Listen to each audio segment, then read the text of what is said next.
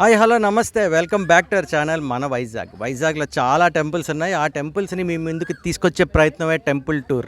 So welcome to temple tour episode number 8. మనము రెల్లి వీధిలో ఉన్నాం. ఇక్కడ చూశారు కదా వెనకాల స్వయంభూగా వెలిచిన కాశీ విశ్వేశ్వర స్వామి టెంపుల్లో ఉన్నాం. ఇది ఒక ఆల్మోస్ట్ ఒక 4-5 ఇయర్స్ నుంచి టెంపుల్ ఇక్కడ లొకేట్ అయ్యింది.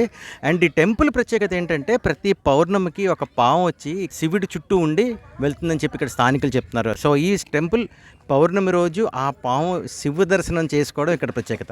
దాంతోపాటు రీసెంట్గా సాయిబాబా అలాగే వినాయకుడి గుడి కూడా ఇక్కడ కట్టడం జరిగింది. సో ఒకే ప్రాంగణంలో 6 టెంపుల్స్ ఉన్నాయి. ఆ టెంపుల్స్ ఏంటో ఇప్పుడు చూద్దాం. నాతో పాటు మీరు కూడా గుళ్ళోకి వచ్చేయండి.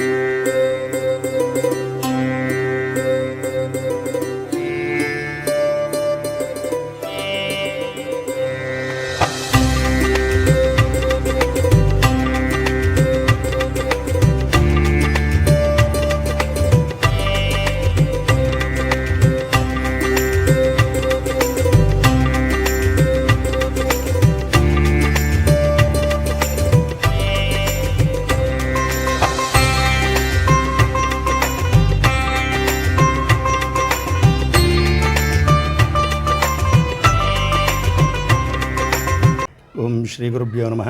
ఓం శ్రీమాత్రే నమః. భక్త మహాశయులకు విజ్ఞప్తి.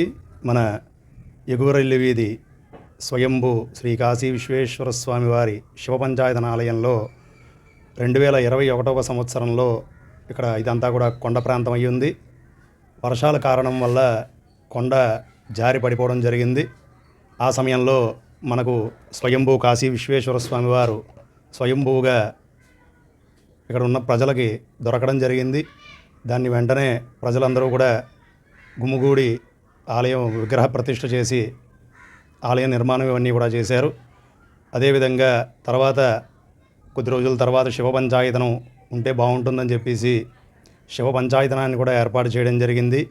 ఈ యొక్క ఆలయ ప్రత్యేకత ఏమిటి అంటే ప్రతి పౌర్ణమికి కూడా నాగసర్పం వేయించేసి మన కాశీ విశ్వేశ్వర స్వామి వారిని చుట్టుకుని చాలాసేపు స్వామి మీదే ఉంటూ భక్తులందరికీ కూడా దర్శనం ఇవ్వడం జరుగుతూ ఉంటుంది. అదేవిధంగా మొన్న 17వ తారీఖున మన శివాలయ ఆలయ ప్రాంగణంలో ఉప ఆలయాలుగా శ్రీ విఘ్నేశ్వర స్వామి మరియు సంతానం వివాహం ప్రదాత అయినటువంటి శ్రీ సుబ్రహ్మణ్యేశ్వర స్వామి నాగబంధన సహిత శ్రీ షిరిడీ సాయినాథుని విగ్రహ ప్రతిష్టా మహోత్సవం 17వ తారీఖు నుండి 19వ తారీఖు వరకు కూడా నిర్వహించడం జరిగింది.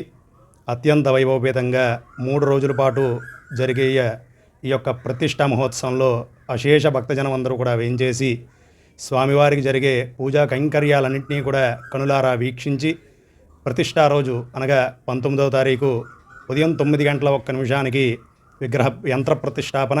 విగ్రహ ప్రతిష్టాపన కూడా భక్తుల చేతుల మీదుగా ఆలయ ధర్మకర్తల చేతుల మీదుగా కూడా ఈ యొక్క విగ్రహ ప్రతిష్టా కార్యక్రమం నిర్వహించడం జరిగింది. తదనంతరం మధ్యాహ్నం 12:30 గంటలకు మహా అన్నదాన కార్యక్రమంతో ఈ యొక్క కార్యక్రమం అంగరంగ వైభవపేతంగా నిర్వహించడం జరిగింది. స్వస్తి.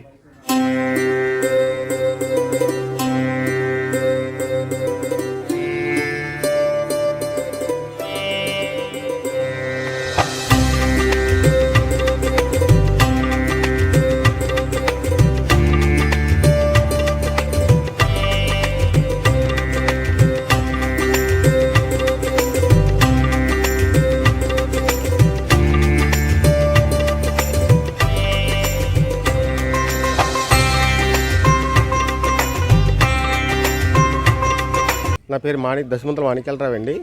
2021లోని ఇక్కడ కొండవాళ్ళ ప్రాంతంలోని కొండ జారి వర్షానికి జారి దాంట్లో లింగాకారం బయటపడిందండి స్వయంభూగా. ఈ లింగాకారం ఇక్కడే పెట్టాము. ఇక్కడ పెట్టేసి దగ్గరుండి చిన్న రేకుల షెడ్ కట్టుకొని పూజ చేయడము మొదలుపెట్టడం. దానివల్ల నిత్యం నాగుపాము వచ్చి దర్శించుకోవడం వెళ్ళడం మాఘ పౌర్ణమి ప్రతి పౌర్ణానికి వచ్చి దర్శించుకొని వెళ్ళడం, రాత్రి అప్పుడు రావడము, రాత్రి చుట్టుకొని ఉండడం, తెల్లవారు 4 గంటల దాకా ఉండడం. నేను పూజ చేస్తానండి. నేనే దగ్గరుండి గుడి కట్టాను. నేనే నిత్యం పూజ చేస్తాను. భగవంతుడి విషయంలో చూడాలంటే నాగుపాము వచ్చేసి చుట్టుకొని ఉండడం అంటే మటుక అది భగవంతుడు ఇతర విషయంలోనే చెప్పుకోకూడదు కదండి. ఇక్కడ ఏదో సత్యం ఉంది కాబట్టి ఏ మహానుభావుడు ఏ పురాణ పురుషులు పూజ చేసుకునేవారో ఆ లింగకారం బయటపడింది. మా వీధి పెద్దలకి మాకు అదృష్టం అది. దానికి మేము పూజ చేసుకున్న భాగ్యం ఆ భగవంతుడు మాకు కల్పించాడు. ఈ శివాలయం అండి ఎగోరెల్లి వీధి ఏవన్ కాలేజ్ బ్యాక్ సైడ్ ఉందండి. సత్యనారాయణ స్వామి టెంపుల్కి వెళ్ళే తోవలో ఉందండి.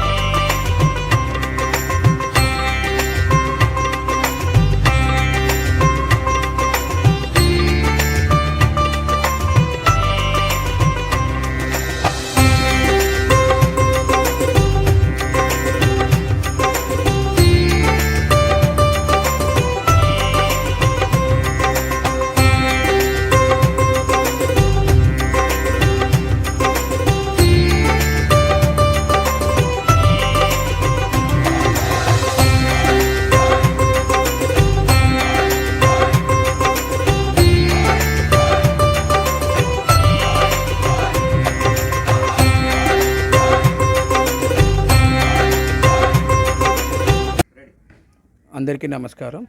నా పేరు పసుమూర్తి చంద్రశేఖర్.